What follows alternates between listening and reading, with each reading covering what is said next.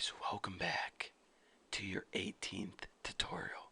Shh, shh. Close your eyes. Everyone, close your eyes and imagine that you're making a computer program.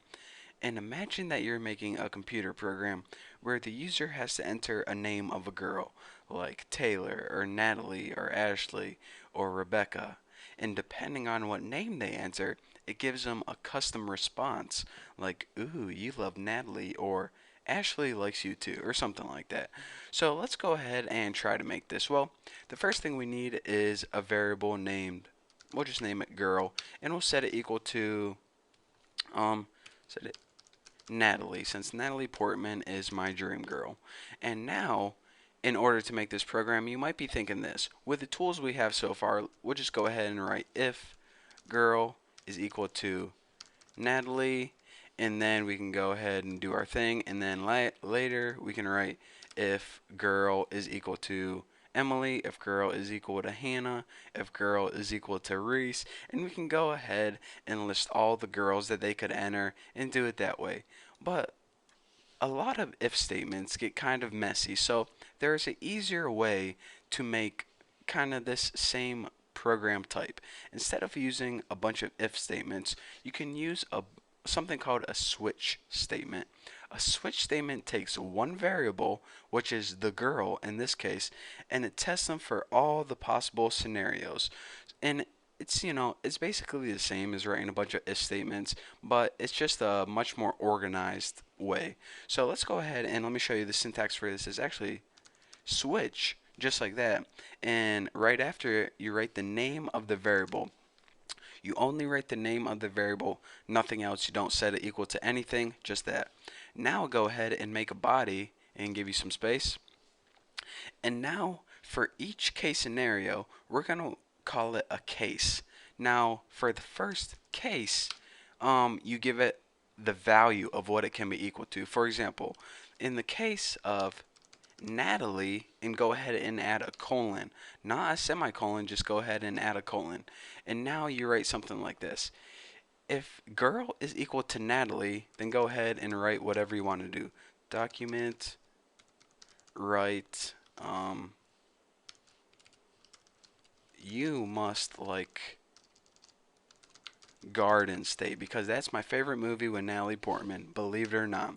And then after you're done executing the code, you go ahead and write the word break, and I'll tell you why later. So now we already have a case scenario for Natalie, and this is basically the syntax of what we're going to do for all the case scenarios. So let's go ahead and copy that. Copy, paste. In the case of Ashley, since I like Ashley Green too, be like, ooh, fan of Twilight, eh? With a question mark.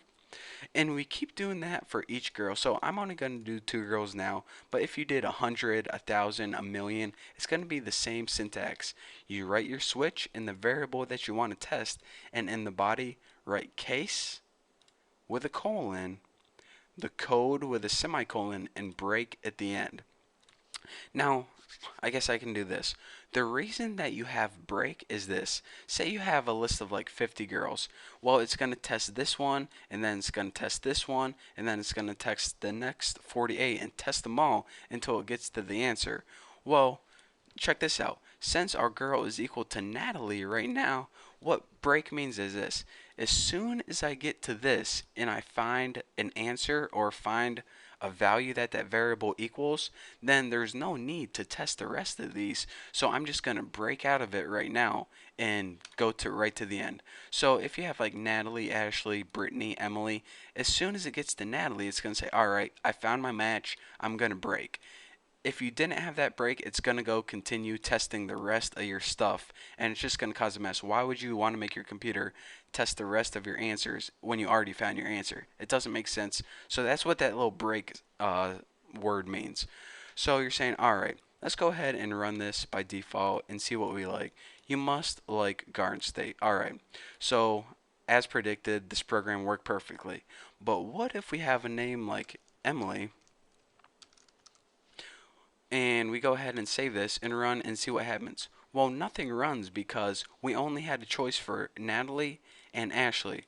Well, there are a lot of names that people can enter that probably aren't going to be in this list. And probably, names that are one of a kind no one ever heard of. So, if you want to give your switch a default statement that says, all right, I'm going to first go through my list of all my options. And if I can't find a match, then I'm just going to give you a default answer. So, in order to give a default answer, here's what you do. default, and notice that we don't write anything in here because there is no like answer or value for default. It's the default.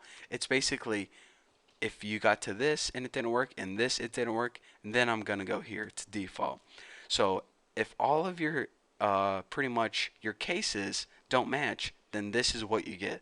So by default, just go ahead and write something like yeah, I'm definitely copying this. Default, write something like this is the default. So check it out. And another thing, you don't need a break at the end of your default since it's the last choice.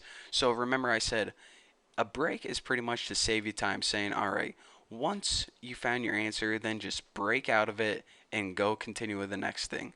Don't go through all the rest of the cases. Well, you can add a break at the end of default, but it would be worthless since if you get to the default, you're already at the end and you already ran out of all your cases. So what's the break out of? It's not skipping over anything. And it's not going to help you any to break out of it now.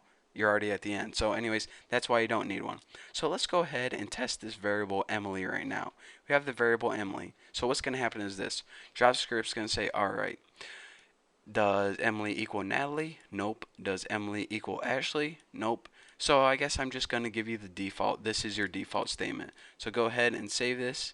And as you can see, this is default. So now let's go ahead and give it like Ashley, just like that. And now go ahead and save it. And it's going to say, all right, does Natalie equal Ashley? Nope. Does Ashley equal Ashley? Well, indeed it does. So I'm going to go ahead and print out this, just like he told me. And then I'm going to go ahead, go ahead. And then I'm going to go ahead and break. So no need to even worry about this at all. So let's go ahead and save it and check it out. Ooh, fan of Twilight, eh? Ashley Green? Not bad. So that's the basics of a switch statement and how you can use a switch statement to save you from writing a whole bunch of ifs. And this is actually a whole lot easier to maintain. And, you can just look through your code and, it's just a whole lot easier whenever we build programs that actually do something other than, me talking about the girls I have a crush on. That's what it does. So anyways, thank you guys for watching. Don't forget to subscribe and I'll see you in the next video. Oh, and Natalie Portman, if you're watching, call me.